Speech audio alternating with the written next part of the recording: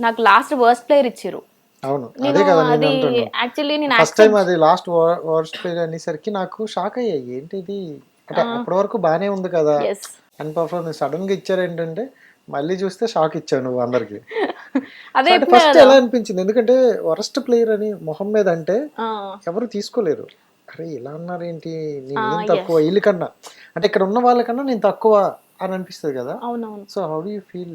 అంటే వర్స్ట్ ఇచ్చినప్పుడు నాకెందుకు వచ్చింది అనిపిస్తుంది. బికాస్ మీరు ప్రీవియస్ ఎపిసోడ్ చూసినట్టయితే అక్కడ ఇంకా కొందరు మాట్లాడలేదు. అవును అంటే నేను ఆడియన్స్కే వదిలేస్తా. ఉమ్, ఎందుకంటే జనాలు మీరు చూసి డిసైడ్ చేయాలా.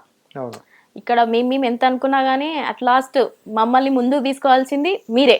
ఉమ్, సో మీరు అది చూసి ఇక మీ నుంచి ఒపీనియనే నేను కోరుకుంటా. అది వర్స్ట్ ప్లేయర్ అనేది నేను చాలా సీరియస్గానే తీసుకున్నా. ఎందుకంటే అంత టెలివిజన్ పైన వర్స్ట్ అనేది నాకు కొంచెం ఫీల్ అయినా బ్యాడ్గానే. ఎందుకంటే మా అయ్యతో నేను ఫేస్ చేసినవే మస్తు లెక్క. ఇక ఇది నాకు ఇది ఇంకో పెద్ద అనిపించింది ఇక.